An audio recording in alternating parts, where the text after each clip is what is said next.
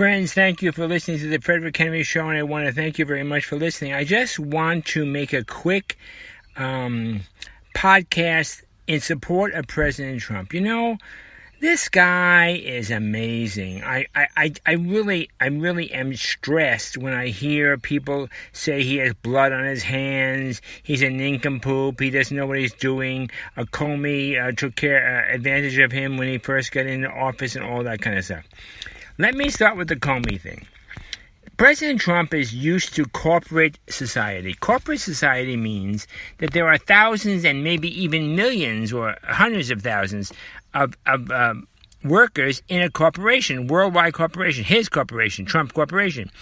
When he appoints a new executive director, he does not expect any of the employees to subvert the new executive director. He doesn't expect any of the present vice presidents in charge of this division or that division or this division or that division to subvert the new executive director, the new president, whatever you want to call it. Trump is used to corporate world. In the corporate world, there's competition, yes, but it's cutthroat, of course, but it's fair, and it has its own fairness according to its own rules. So if Trump is the head of an international corporation, Trump Incorporated, and he decides that Johnny Jones from Department A should be the new executive director of worldwide organization, he appoints him. And then Trump does not expect that every vice president, every assistant director, every manager will resist the appointment of the new director. It's not done in the corporate world. Everybody understands there's a new director, there's a new head of everything, and everybody's going to work together to make him successful and make themselves successful. In the hope, of course, that they will succeed, and maybe they, in their own time, will become the new president, incorporated director, whatever you want to call it, of international operations or Asia operations or American operations or European operations. It doesn't matter.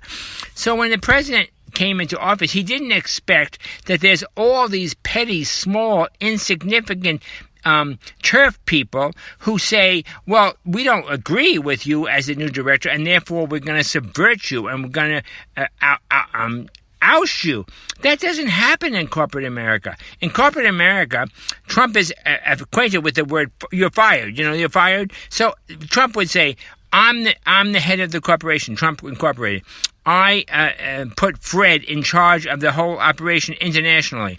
I found out that 16 vice presidents resisted him. You know what I do with those 16 vice presidents? I fire them. They don't even get a pension. They get nothing. They get 2 weeks severance and out they go. Because that's the way corporate America works. There's no union protecting these people. There's no civil service protecting these people who are subverting the efforts of the corporation. Trump expected that everybody would work together as a team. Team USA. Team America. Team, let's move forward. Team, let's make America great again. Team, let's keep America great. He did not expect Strzok and Page and Comey and Clapper and Brennan and the rest of the cabal, Rosenstein. Oh my God, Rosenstein, unbelievable.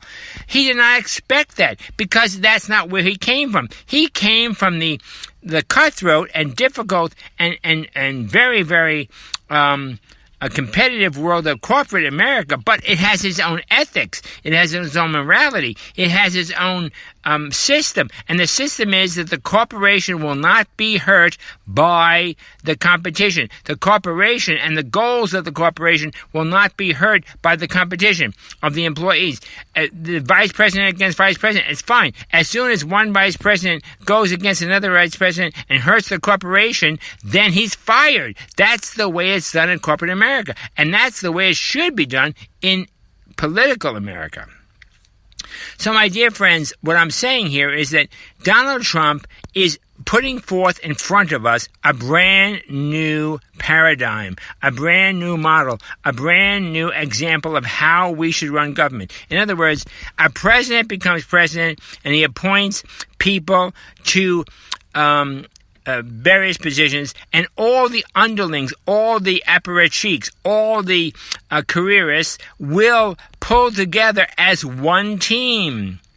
one team of 40 horses, 50 horses. It doesn't make any difference what illustration you want to use, because the chief has decided this is the way we want to go. And in corporate America, whether it's Exxon or Phillips or Procter & Gamble or Colgate or any of the various many corporations, this is the way it is. You give a vision, you give a corporate vision, you give an idea, you show them what the chief wants, and then you go for it. Now, I was in the United States Army, my friends, and that's the commander's intent. The commander's intent. Every new general, 2-star, 4-star, it didn't make any difference, came in and he put out a slide presentation. This is the commander intent. We want to do this. We want to do that. We want to do the next thing. And we want to achieve these goals. And every single officer, colonel on down, a lieutenant colonel on down, major on down, even one, if it's a 4-star command, a 3-star command, a 2-star command, a 1-star command, everybody was expected to implement the commander's intent, to implement the commander's vision. Now, that doesn't mean they didn't consult with the commander. Everybody went to the commander and said, "Sir, this is good, this is not good, this is good, this is not good." And then he would say, "Okay, I got you, bye-bye, do what I want you to do." Other people would come in and say, "Sir, you're making a terrible mistake." He would say, "Okay, I got it. We'll make a course correction." He'd hold a staff meeting and he'd say, "Okay, we're making a course correction." And everybody would be on board. If you were not on board, you were fired. You were demoted. You were not promoted. You were dismissed. Corporate America, military America, Marine America, Navy America, Air Force America does not work as the same way as political America. Political America is warped. It's crazy. It's insane. And when Schumer announced that we're going to have the resistance, this Frederick Henry, I was absolutely flabbergasted. I've been flabbergasted ever since. 63 million Americans voted to make Donald John Trump a duly elected and beloved president, to quote, black conservative patriot. I love this guy, black conservative patriot. Great guy. If you're not looking at him, if you're not reading him, if you're not listening to him on YouTube, go in there. Black conservative patriot. Don Bongino, a former Secret Service agent, to the goal. Everybody works toward the goal. Everybody is a team. Everybody is together. There is no resistance. Doesn't matter if you agree or don't agree. You're with the Secret Service. You carry out the directives of the president. Now, Comey was an aberration. Comey is a disgrace. Comey said, "I am the FBI. I am the FBI." Who the heck did he think he was? He's not the FBI. There are thousands and hundreds of thousands of agents. They are the FBI. And they look to the president for direction. They look to the president for what they should be doing. They don't look for the director. The director, if he's not doing what the president wants, has to be dismissed. And Comey was rightly dismissed. And Director Wray should be dismissed. He is a disgrace to the FBI, disgrace to the administration, disgrace to... And as soon as Flynn is exonerated, I suggest that the President of the United States dismissed Wray. Take him to the Rose Garden. I don't care. Give him an attaboy. Give him a medal. Pin something around his lapel and say, "Thank you, Director Wray, for your efforts. You failed, but, fine. Here's a handshake. Here's a bowl of flowers. Get the hell out."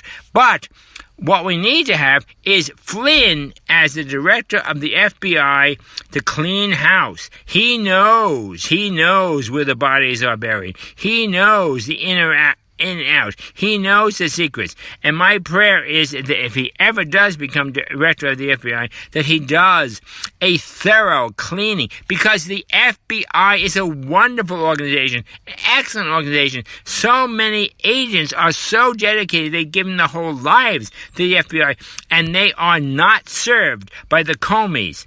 And the CIA are not served by the Brennans and the other Clapper and the Strocks and the Pages and the Sally Yates. Oh my God, how disgusting. It's disgraceful. It distresses me to think how our good servants who want America to be great and make America great and keep America great and make America great. It doesn't make any difference what term you want to use. They are patriots, and there are hundreds of thousands and millions of them, and they have been so demoralized by the politicized Comeys, Clappers, Brennan, Strux, Pages, all the others, Rosenstein. Oh my God, how Rosenstein went out there and said, they told me to wear a wire. They sent me into the president's office to wear a wire. We were going to get him on the 25th Amendment, but that was their thing. I was not part of it. And it turns out that Rosenstein was the kingpin, the center, the absolute center of trying to trap President Trump, our duly elected and beloved president. Again, quoting black conservative patriot, wonderful guy. And they were going to... Now, who is it about, my friends? It's about you. It's about me. It's about us. They think we're deplorable. They think we're rednecks. Think we're irredeemable. Hillary is the spokesperson for the deplorable, irredeemable, redneck Bible to Obama. Cling to their Bibles, cling to their guns. My goodness sakes, how we have been betrayed. But we have a chance now.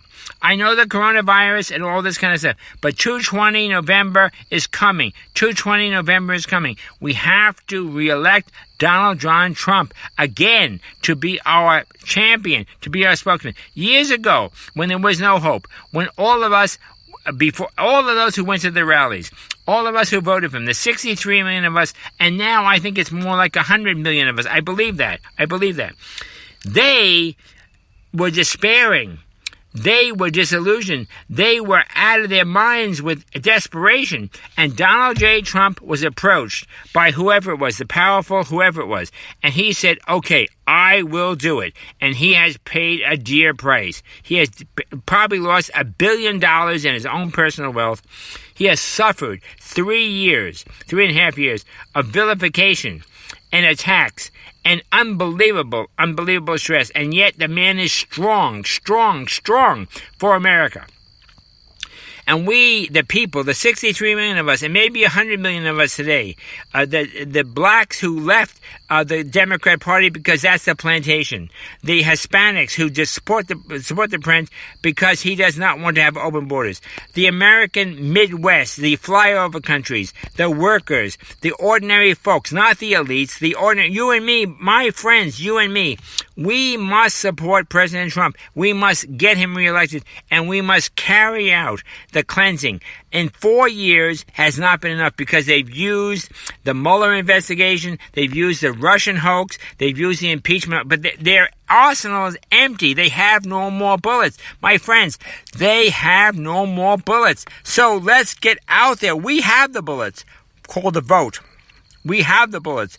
Call the campaign. We have the bullets. Call our donations. Please donate to Trump. Donate to the Republican Party.